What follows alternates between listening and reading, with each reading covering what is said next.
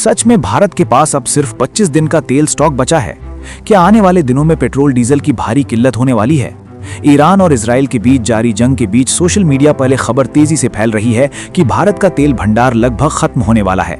कई लोग डर रहे हैं कि अगर ऐसा हुआ तो देश में पेट्रोल डीजल की कमी हो सकती है और कीमतें आसमान छू सकती हैं। लेकिन जब इस खबर की असल सच्चाई सामने आई तो तस्वीर कुछ और ही निकली। सबसे पहले ये समझना जरूरी है कि भारत में पेट्रोलियम का स्टॉक किस तरह रखा जाता है। भारत में तेल का भंडार मुख्य तौर पर 3 अलग अलग जगहों पर मौजूद होता है।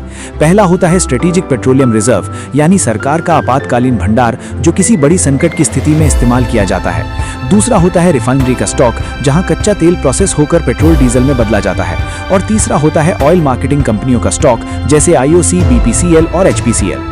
अगर इन तीनों को मिलाकर देखा जाए तो आमतौर पर भारत के पास लगभग 65 से 75 दिनों का तेल भंडार मौजूद रहता है।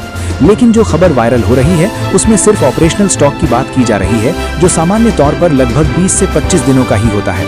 यही वजह है कि लोगों को लगा कि देश में सिर्फ 25 दिन का तेल बचा है, जबकि असलियत इससे काफी अलग है। दरअसल ये विवाद उस समय और बढ़ गया जब कांग्रेस ने सोशल मीडिया प्लेटफॉर्म X पर एक पोस्ट करते हुए सवाल उठाया।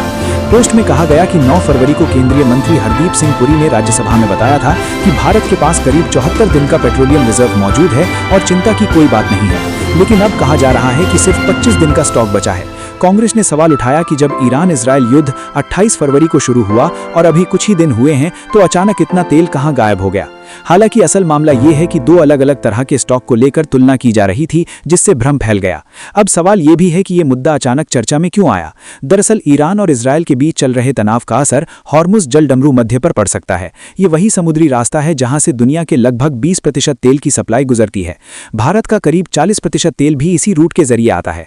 अगर युद्ध की वजह से इस रास्ते पर जहाजों की आवाजाही प्रभावित होती है तो सप्लाई कम हो सकती है और कीमतें बढ़ सकती हैं। फिलहाल अंतर्राष्ट्रीय बाजार में कच्चे तेल की कीमत लगभग $80 प्रति बैरल के आसपास है। अगर ये बढ़कर $100 के आसपास पहुंचती है तो भारत में पेट्रोल की कीमत करीब 110 से 120 रुपए प्रति लीटर तक जा सकती है।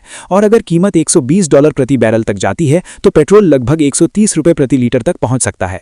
अगर हालात और बिगड़ते हैं और कीमत $150 प्रति बैरल तक चली जाती है तो पेट्रोल करीब 150 रुपए प्रति लीटर तक भी जा सकता है। हालांकि भारत के पास एक और बड़ा विकल्प है, रूस से तेल की खरीद। रूस से आने वाला तेल अपेक्षाकृत सस्ता होता है और ये हॉर्मुज जलडमरू मध्य के रास्ते पर निर्भर नहीं है। भारत पहले भी रूस से बड़ी मात्रा में तेल खरीदता रहा है। इसके अलावा भारत इराक, सऊदी अरब, UAE, अमेरिका, कुवैत, नाइजीरिया और ब्राजील जैसे कई देशों से भी तेल आयात करता है। इसलिए फिलहाल भारत में तेल की कमी जैसी स्थिति बनने की संभावना नहीं दिख रही है।